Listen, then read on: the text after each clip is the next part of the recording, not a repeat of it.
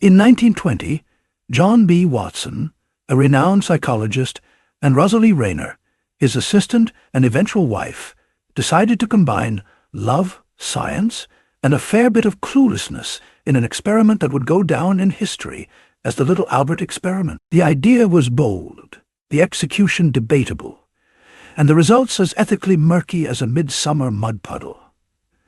Thus, in a story one might mistake for the beginning of a Dickensian epic, Little Albert's fate was sealed. So, today on Weird History, hide your kids from the Little Albert experiment.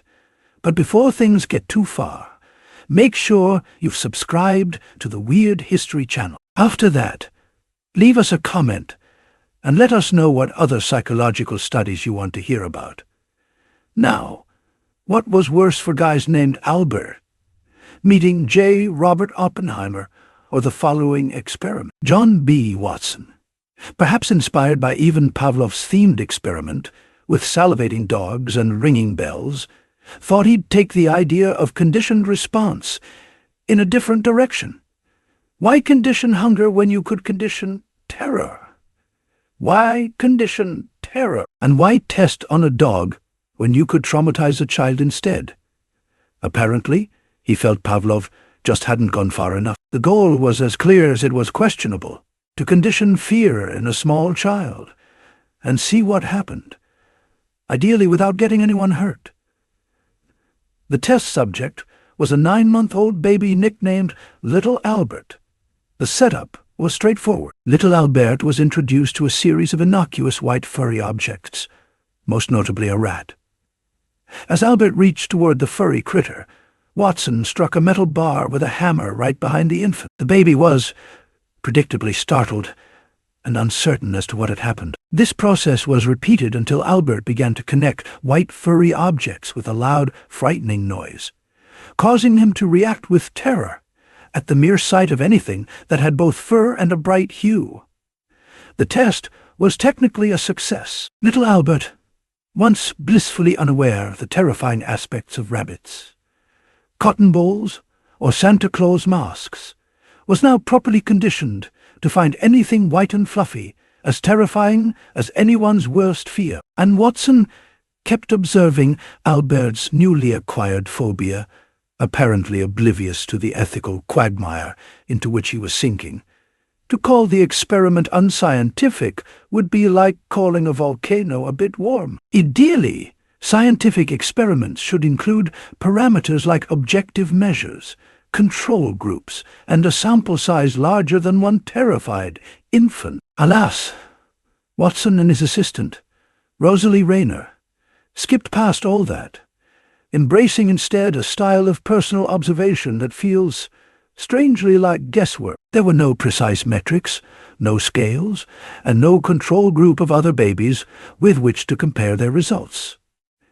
In short, Little Albert's fear was only being measured against itself. When Watson recorded his findings, he was thrilled to note that the conditioning had worked. Albert was visibly upset by white furry things, which was enough proof for Watson to declare victory. Yet to any budding researcher, the celebration would have seemed a bit premature. Experiments are always more than the initial hypothesis. They are the culmination of elimination and repeated effort. What if Albert was just having a bad day? What if he was already predisposed to dislike the color white? What if the testing environment itself was having a greater effect on Albert's reactions than the sudden, loud noise? Watson's reports didn't answer any of those questions, instead opting for a summary approach to his findings that drew questionable conclusions based on very thin evidence. After concluding that Albert was thoroughly conditioned to loathe all things white and fluffy, Watson and Rayner just kind of stopped. They ended the experiment, making no effort to reverse the conditioning, assuming that Albert's color-based terror would simply wear off over time. Much like the tests themselves, this assumption was not based on any scientific evidence. Little Albert's mother reportedly packed up and fled town, presumably afraid that Watson would hunt them down for another experiment. like mad scientists do tend to do. Watson's parting words suggested that Albert would simply grow out of his fears after experiencing some of life's rough and tumble. This sentiment is perhaps better suited to things like skinned knees or stolen lunch money.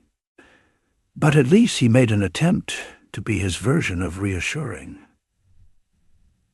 In any case, Albert was gone. The experiment was done, and Watson's controversial experiment would be filed away in the great catalogue of scientific missteps. During his experimentation, Watson waxed poetic about the exemplary health of little Albert, one of the best-developed youngsters ever brought to the hospital.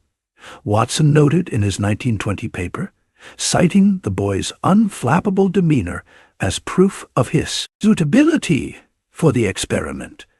But it wasn't long before scholars began to poke holes in Watson's rosy description. Some suggest Albert may have had developmental delays or neurological issues, raising a massive red flag that would impact the results of any tests. Obviously, this possibility is something a reputable researcher would have eliminated before beginning any experiment, but reputable and John B. Watson have rarely occupied the same sentence. Watson wasn't around to address these allegations, and what's more, he burned all his notes on the experiment before his death, like what mad scientists do tend to do.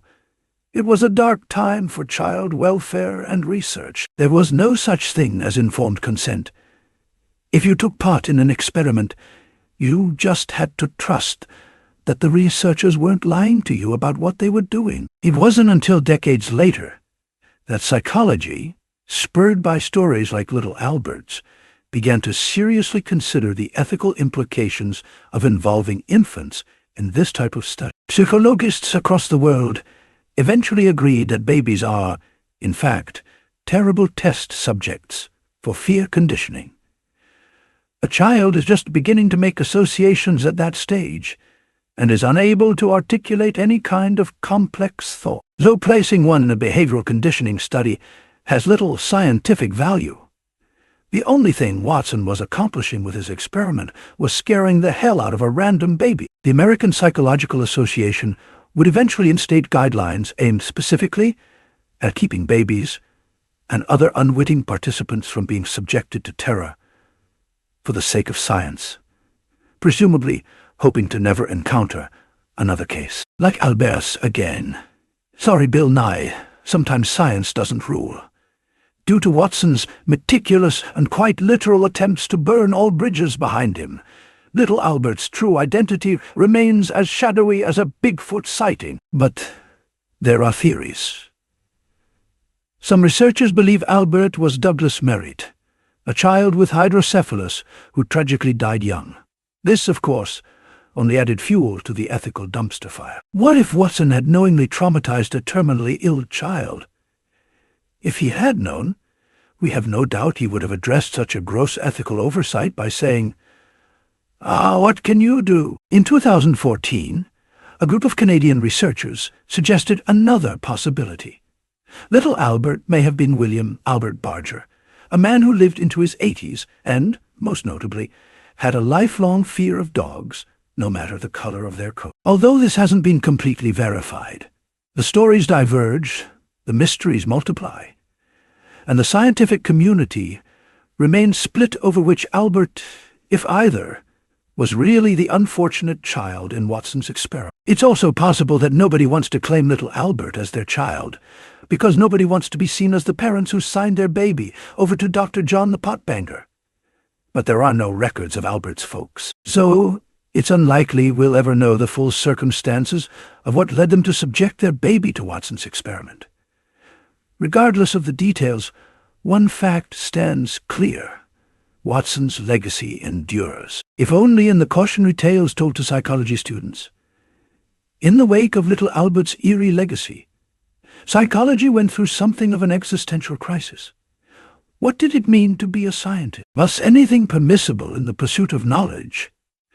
The academic world slowly agreed that ethics mattered, and that perhaps children shouldn't be subjected to frightening experiments for posterity's sake. Modern researchers now know to avoid traumatizing infants as much as possible, and to find less potentially harmful ways to conduct conditioning experiments. Furthermore, Watson's notorious endeavor inspired the creation of the APA's Code of Ethics, which, despite not being formally established until 1953, effectively did away with the Wild West approach to science favored by Watson and many others. Rather than confirming Watson's theories, the Little Albert experiment demonstrated the need for ethical research standards, regulation, and reliable methodologies in scientific study. We may never know for sure who Albert was, but his story had a permanent effect on the entire world. Dr. John B. Watson, meanwhile, left psychology behind for a successful career as an advertising executive, like a mad scientist would. So what do you think? Was the Little Albert experiment justified? Let us know in the comments below. And while you're at it, check out some of these other videos from our weird history.